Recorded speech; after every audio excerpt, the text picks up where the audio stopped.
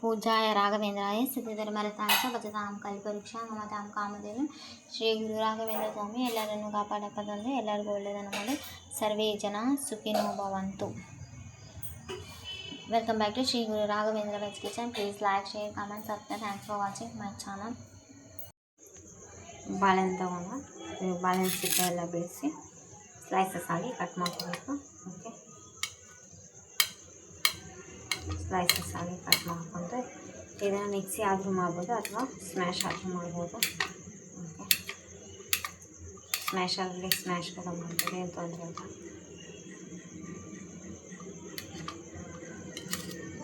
Okay, ಬನ್ನಿ ಇದನ್ನು smash ಆದರೂ ಮಾಡ್ಬೋದು, ಇಲ್ಲ ಮಿಕ್ಸಿನಲ್ಲಿ ಮಿಕ್ಸಿ ಆದರೂ ಮಾಡ್ಬೋದು.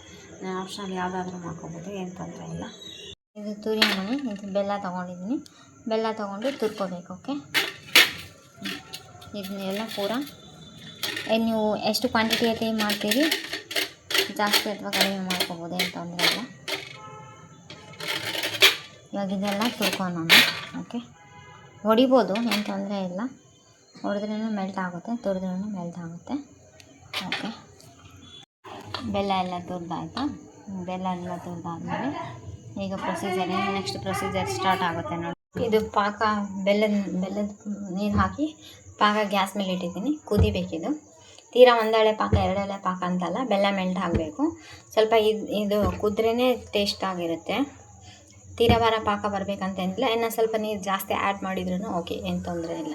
ಬೆಲ್ಲದೆಲ್ಲ ಕುದೀತಾ ಇರಬೇಕಾದ್ರೆ ಇವಾಗ ಇದಕ್ಕೆ ಸ್ವಲ್ಪ ಗೋಧಿ ಹಿಟ್ಟು ಹಾಕ್ಕೋಬೇಕು. ಓಕೆ, ಗೋಧಿ ಹಿಟ್ಟು ಅಂದರೆ ಎಲ್ಲ ಕಾಣಿಸ್ಕೊಂಡು ಇಟ್ಕೋಬೇಕು, ಅದನ್ನು ಹಾಕ್ಕೋಬೇಕು.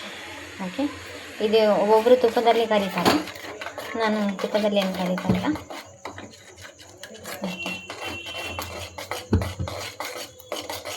ಬೇಸ್ ತಿರ್ಸ್ಕೋಬೇಕು.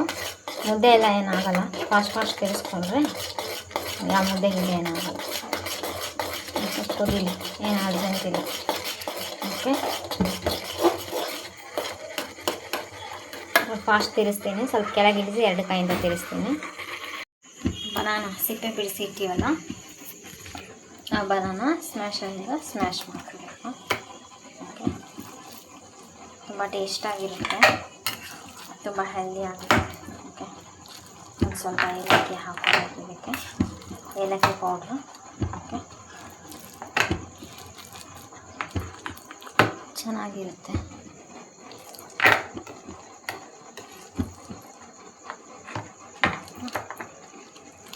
ಇದು ಮ್ಯಾಶ್ ಮಾಡಿರುವಂಥ ಬನಾನ ಅದಕ್ಕೆ ಹಾಕ್ಕೊಂತ ಹೇಗೆ ತೊಗೊಂಡು ಏಲಕ್ಕಿನ ಪೌಡ್ರ್ ಮಾಡ್ಕೊಂಡು ಹಾಕೋಬೇಕು ಅದಕ್ಕೆ. ಓಕೆ, ಏಲಕ್ಕಿನ ಪೌಡ್ರ್ ಮಾಡಿ ಹಾಕ್ಕೊಂತೀನಿ. ಹಾಗೆ ಇದರಲ್ಲಿ ಏಲಕ್ಕಿ ಐತಲ್ಲ, ಏಲಕ್ಕಿ ಪುಡಿ ಹಾಕೋದು. ಏಲಕ್ಕಿ ಪುಡಿ ಹಾಕ್ಕೊಂಡು ನೀಟಾಗಿ ಮಿಕ್ಸ್ ಮಾಡ್ಕೋಬೇಕು. ಓಕೆ, ಇವಾಗ ಇದು ಗೋಡಂಬಿ ದ್ರಾಕ್ಷಿ ತುಪ್ಪದ್ದು ಒಗ್ಗರಣೆ ಹಾಕ್ಕೊಂಡು ಪಾಯಸ ಥರ ಆದರೂ ಮಾಡ್ಕೋಬೋದು. ಇನ್ನು ಸ್ವಲ್ಪ ಕುದಿಸಿ ಮತ್ತು ಅದನ್ನು ಸ್ವಲ್ಪ ತಣ್ಣಗಾದ್ಮೇಲೆ ಫ್ರೀಝರಲ್ಲಿಟ್ಟು ಬರ್ಫಿ ಥರನೂ ಕಟ್ ಮಾಡ್ಕೊಬೋದು. ಓಕೆ, ಆಪ್ಷನ್ 2 ಇದೆ. ಇಲ್ಲ ಅಂದರೆ ಇನ್ನೊಬ್ಬೊಬ್ರು ಇನ್ನೂ ಸ್ವಲ್ಪ ಗಟ್ಟಿ ಕುದಿಸಿ ಇದ್ರದ್ದು ಅದು ಬೋಂಡಾ ಥರ ಕರೀತಾರೆ. ಓಕೆ, ಟೇಸ್ಟಿ ಆಗಿರುತ್ತೆ, ಈಸಿ ಆ್ಯಂಡ್ ಹೆಲ್ದಿ ಆಗಿರುವಂಥ ರೆಸಿಪಿ. ಒಮ್ಮೆ ಮನೆಯಲ್ಲಿ ಟ್ರೈ ಮಾಡಿ ನೋಡಿ. ತುಪ್ಪದ ಒಗ್ಗರಣೆ ಹಾಕಿದರೆ ಮುಗೀತು.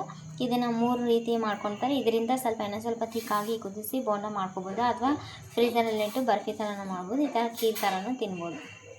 ಚಿಕ್ಕ ಮಕ್ಕಳಿಂದ ದೊಡ್ಡವರವರೆಗೂ ಎಲ್ಲರಿಗೂ ಇಷ್ಟ ಆಗಿರುವಂಥ ತುಂಬ ಹೆಲ್ದಿ ಆಗಿರುವಂಥ ರೆಸಿಪಿ. ಒಮ್ಮೆ ಮನೆಯಲ್ಲಿ ಟ್ರೈ ಮಾಡಿ ನೋಡಿ. ಗುರುವಾರ ರಾಯರು ಪ್ರಸಾದಕ್ಕೂ ಬರುತ್ತೆ. ಒಮ್ಮೆ ಮನೆಯಲ್ಲಿ ಟ್ರೈ ಮಾಡಿ ನೋಡಿ.